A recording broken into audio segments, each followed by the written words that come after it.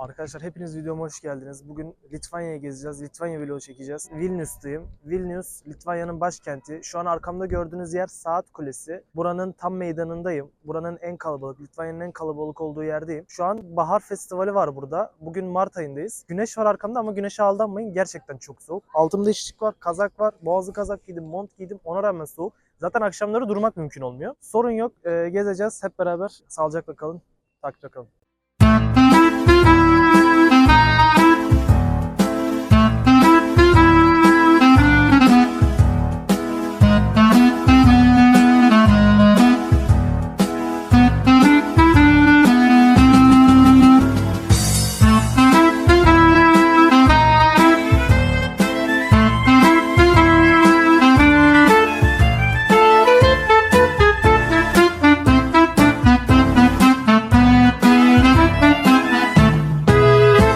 Şu an Old Town'a doğru gidiyorum. Vilnius'un gezilecek en güzel yerleri burada var. Bir de Trakai Kalesi'ne gideceğiz. Trakai Kalesi o kadar güzel duruyor ki muhtemelen onu introya vesaire ekleyebilirim. Vilnius'un bu arada bir tık uzak bir yerinde kalıyor. Vilnius'a yaklaşık 40 dakika 45 dakika uzaklıktaki bir yerde kalıyorum. Couchsurfing'de kalıyorum, konaklamasını öyle yapıyorum. Burada Doğu Avrupa ülkelerinde Couchsurfing'de genelde düzgün bir profiliniz varsa konaklamayı neredeyse bedavaya getirebiliyorsunuz. Litvanya, Baltık Denizi'nin doğusunda yer alan bir Baltık devletidir. Başkenti Vilnius'tur. Toprakları genellikle düz olan Litvanya'nın %31'i ormanlık ve ağaçlık alanlarla kaplıdır. Nüfusu yaklaşık olarak 2,8 milyon kişiden oluşmaktadır. Litvanya, diğer Baltık ülkeleri olan Letonya ve Estonya'dan daha fazla nüfusa sahiptir. Ancak ülke nüfusu bağımsızlığını aldığı günden bu yana azalmıştır ve halen azalmaya devam etmektedir. Litvanya'daki güncel asgari ücret 924 Euro'dur. Başkent Vilnius'ta ortalama bir daire kirası 500 Euro'dan başlamaktadır. Kişi başına düşen yıllık gelirse 28.482 dolardır. 1999 yılında asgari ücreti yalnızca 92 euro olan Litvanya, ekonomik anlamda 25 senede epey yol kat etmiştir.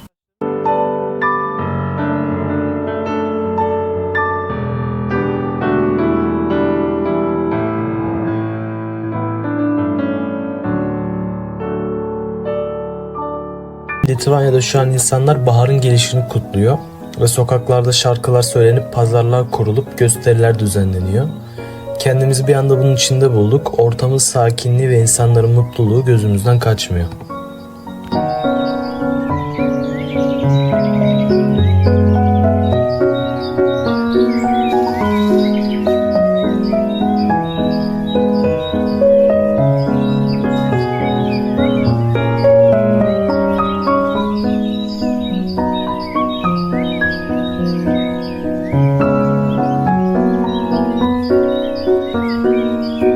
Gezmeye Vilnius sokaklarından başladık.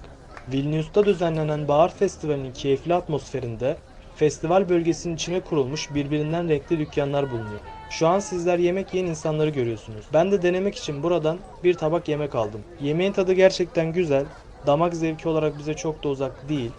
Bu tabağa ben toplamda 10 euro dedim. Ayrıca burada yol boyu kurulmuş, kıyafetinden takısına kadar her çeşit ürünün satıldığı dükkanlar var. Gelin şimdi oraya bakalım. İstisnai olarak bugün şanslıyız. Çünkü buradaki pazarlar bahar festivalinde olduğu için normal zamana göre çok daha fazla kalabalık. Burada kıyafetinden el işine kadar birçok ürün satılıyor. Vilnius her yıl bahar mevsiminde bir bahar pazarına ev sahipliği yapar. Bu pazar şehrin tarihi merkezinde renkli tezgahlarla süslenmiş geniş bir alanda kurulur. Bahar pazarları kışın sona ermesini ve doğanın uyanışını kutlama amaçlıdır. Litvanya'da para birimi olarak euro kullanılır. Gördüğünüz ürünlerin fiyatları euro cinsindendir. Bu pazarda ortalama ürün fiyatları 1 eurodan başlamaktadır. Ve fiyatlar üründen ürüne göre de değişmektedir. Pazar, yüzyıllardır Litvanya'nın yerel olarak ürettiği ürünleri sergilemek ve satmak amacıyla kurulur. Hem yerel ekonomiye destek olmayı hem de ziyaretçilere yöresel lezzetleri ve el işlerini keşfetme fırsatını sunmaya amaçlar. Pazarın tarihi Litvanya'nın tarım ve el sanatları geleneğine dayanır. Yüzyıllar boyunca köylüler ve zanaatkarlar ürettikleri ürünleri pazarlarda sergileyerek satış yapmışlardır. Bu geleneğin devamı olarak Vilnius'un bahar pazarı da her yıl şehir sakinlerini ve ziyaretçileri ağırlar. Pazar genellikle Mart-Nisan aylarında açılır Yerel halkı ve turistleri çekecek birçok etkinliğe ev sahipliği yapar. Yemekten önce yakaladığımız etkinlikte buna bir örnekti. Pazarda Litvanya'nın çeşitli bölgelerinden gelen ürünlerle birlikte diğer Baltık ürünlerinin ve Avrupa'nın çeşitli bölgelerinden ithal ürünler de bulunabilir. Litvanya, parlamenter demokrasiyle yönetilen bir ülke olmakla birlikte fiilen yarı başkanlık sistemini uygulamaktadır. Ülke nüfusunun %53'ü kadındır. Dünyanın en uzun 7. ülkesi olan Litvanya'da ortalama bir erkek boyu 1.80'in üzerindedir. Kadın boyu ise 1.68'dir. Ülke nüfusunun az olmasına rağmen basketbolda adından çok kez söz ettirmişlerdir. Pazarın diğer ucuna doğru geldiğimizde başta yemek yediğimiz yere benzer birkaç farklı dükkana daha rastlıyoruz. Burada yöresel birkaç yemek görüyoruz. Vilnius'ta şehir merkezinde ortalama bir porsiyon yemek fiyatı 10 eurodur. Litvanya'da kızartma sosis, kızartma ekmek gibi ürünler Litvan mutfağında çok meşhur. Sokak satıcıları olmalarına rağmen yemekler çok temiz koşullarda yapılıyor. Bu konuda her dükkanın titiz olması da beni aşırı memnun etti.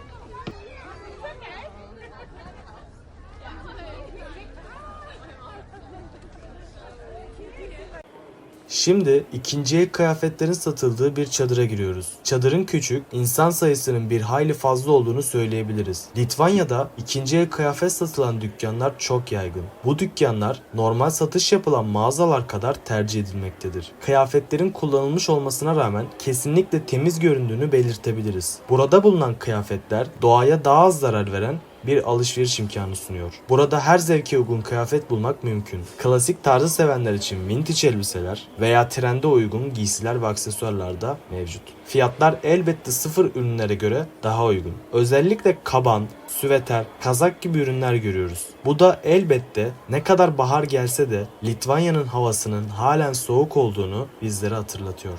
Ben de bu pazardan hatıra alması için bir kazak satın aldım. Ayrıca bir de kar küresi aldım. Kar küresi maalesef gelene kadar kırıldı. Ancak elimizde kalan da işimizi görür. Ne de olsa sadece hatıra alması için aldık. Şimdi sıra bu elimizde kalan hatıranın simgelendiği yer olan Trakai Kalesi'ni gezmeye geldi.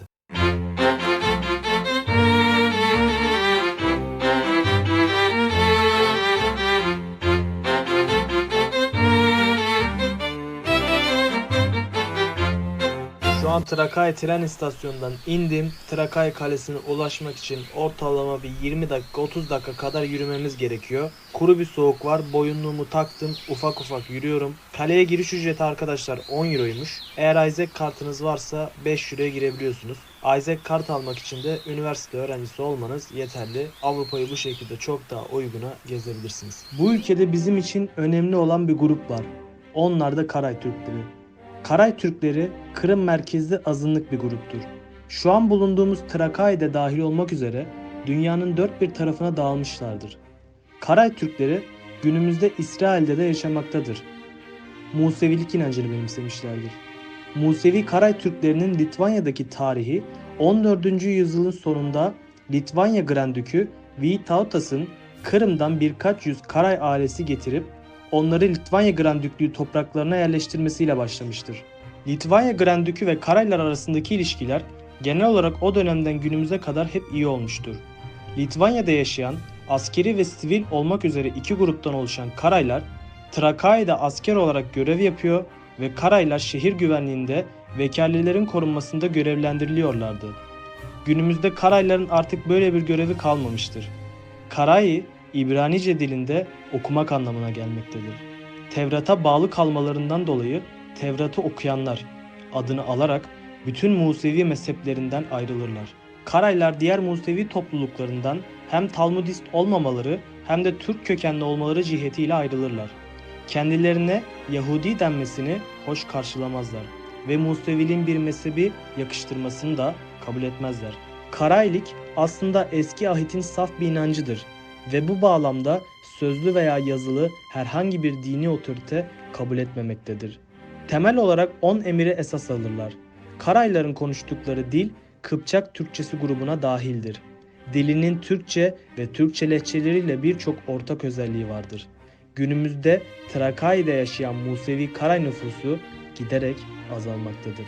Nüfuslarının yaşlı kesimi hariç Karay lisanı bilenlerin sayısı da son derece azdır. Litvanya videomuz buraya kadardı. Umarım Litvanya'yı en güzel şekilde tanıtmış ve sizlerin ilgisini çekebilmişimdir. Yeni videoların gelmesini, farklı yerlere gitmemizi ve farklı hayatlar hakkında bilgiler vermemizi istiyorsanız videolara yorum yapıp beğenip görüşlerinizi belirtebilirsiniz.